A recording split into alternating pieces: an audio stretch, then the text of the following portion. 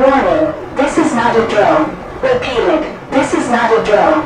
This is an emergency broadcast. If you are receiving this broadcast, you may be in immediate danger.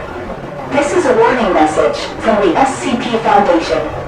SCP-173, also known as the Sculpture, has escaped its holding cell and is roaming free. Last seen within the facility, there have been unconfirmed sightings of it outside in the local area.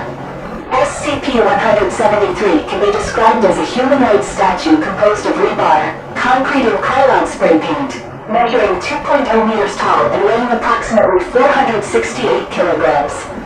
Resembles a peanut, has short arms and legs. It is believed that they kill for enjoyment only. They do not seem to need to eat or consume in any way. They do not eat to live, but kill for pleasure. Repeat, they do not eat to live, but kill for pleasure. Exact origins are unknown, though it is theorized that SCP-173 came from another universe to our world, after its own was destroyed by another SCP. It is theorized that it was created by an artist of some kind, perhaps another anomaly. Though at this point, this is all speculation, as the original files reporting that SCP-173 were lost. This SCP is incredibly hostile and will kill without hesitation. If you see SCP-173, you must maintain direct eye contact. This is its only weakness. It cannot move if it is within a person's line of sight. However, SCP-173 is able to kill its victims if the person so much as blinks. No matter how difficult it might be, you must never blink. You must never blink while in the presence of SCP-173, as it can kill you within a single second. Repeat, you must never blink while in the presence of SCP-173, as it can kill you within a single second. If you notice SCP-173 in your presence, you are in immediate and life-threatening danger. To protect yourself in this scenario, we advise you to back away slowly. It is theorized that while SCP-173 can move at great speeds, it can only move certain distances, so try to get as much distance as you can between yourself and it. The best way to escape this SCP is to back away, maintain eye contact, do not blink, and gain as much distance as you can before backing around a corner or an object. Do not blink, maintain eye contact as you hide behind cover.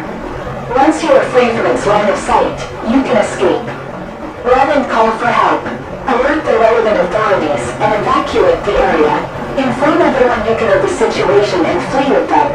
It is advised to stay in groups wherever possible. The larger the better. That way, if SCP-173 does appear again, it is safer and easier maintaining eye contact for prolonged periods of time.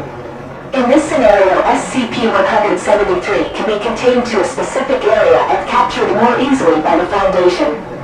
SCP-173 has been reported to only attack humans. Studies have been conducted with chimps and other primates, but no animal casualties have been reported. It is unpredictable and considered to be somewhat intelligent. It seems unable to communicate outside a few words of broken English, though seems to resent and even hate its captors. It is never seen moving its body, but seems to teleport to different locations in order to kill. Extremely hostile, it can snap a human neck so hard it's like being decapitated, with the end result being the head facing the opposite direction. It kills by snapping the neck of victim at the base of the skull, or occasionally by strangulation. Behavior cannot be accurately predicted either because SCP-173 behaves outside of current scientific knowledge, and its nature is simply too poorly understood at present. SCP-173 is on the loose and must be contained. Remember the advice given in this broadcast. This broadcast will now repeat one more time before ending. Thank you for listening. Stay tuned for further updates. End of message.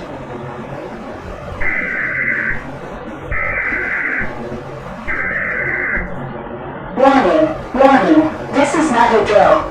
This is an emergency broadcast. If you are receiving this broadcast, you may be in immediate danger. Please remain calm and listen closely to prevent further fatalities. SCP-173 has been reclassed as Keter. For unknown reasons, it has started to reproduce and create copies of itself and is quickly spreading across the United States.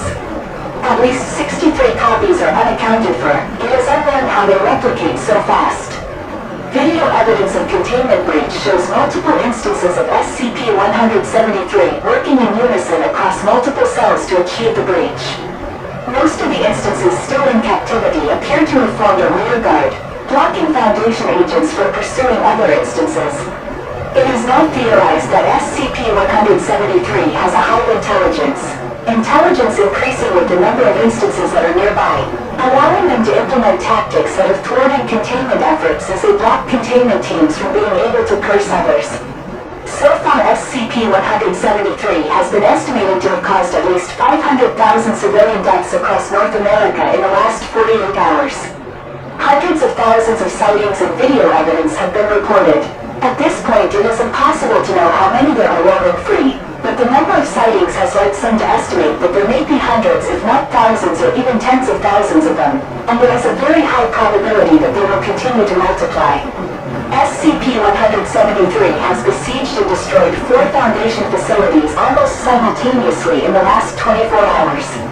Each instance shows the same strength as the original, and thousands of them working together are capable of ripping open concrete bunkers and compromising foot-thick steel doors. It is thought that they can smell their prey. Washington, D.C. has been overrun by the creatures. SCP-173 from now on will be referred to as a collective due to increased numbers. New proposals suggest SCP-173 instances no longer to be kept in containment cells, but instead placed inside of form-fitting metal containers. They can then be transported to the Foundation site on the lunar surface. The facility after this will be abandoned to reduce risk and further casualties. Each of the instances will be fitted with a tracking collar to ensure that we will be able to detect if any of them are somehow able to escape. Further studies show, it is believed now that it kills not by its arms, which are short, bearing no fingers or similar digits. However, a doctor within the Foundation called Dr. Smasher theorized that it makes no physical contact with its victim at all, perhaps using some sort of telekinesis to kill its prey.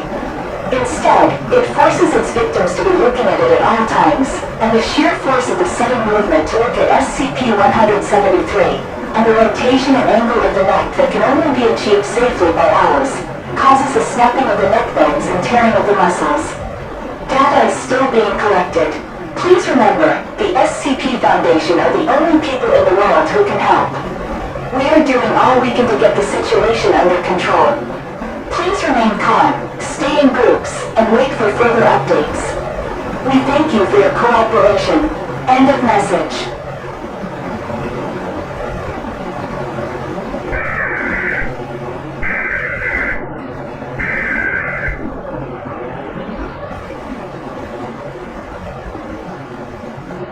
Warning, warning, this is not a drill. Repeated, this is not a drill.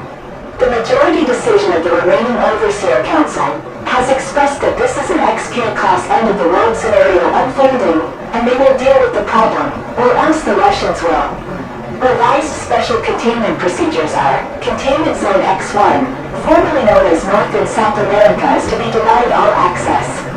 Following saturation nuclear bombing, the number of SCP-173 instances have been reduced.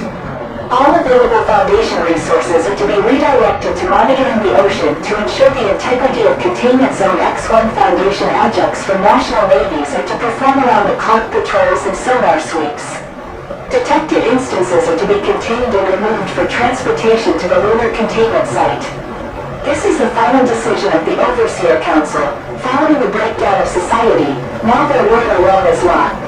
The only law and order that exists now is within the Foundation itself. All we can do now is pray that SCP-173 is unable to cross the ocean to Europe, and that the rest of the planet remains safe. This is the end of the world we once knew. We encourage all of you to gather together with your loved ones and pray. End of message.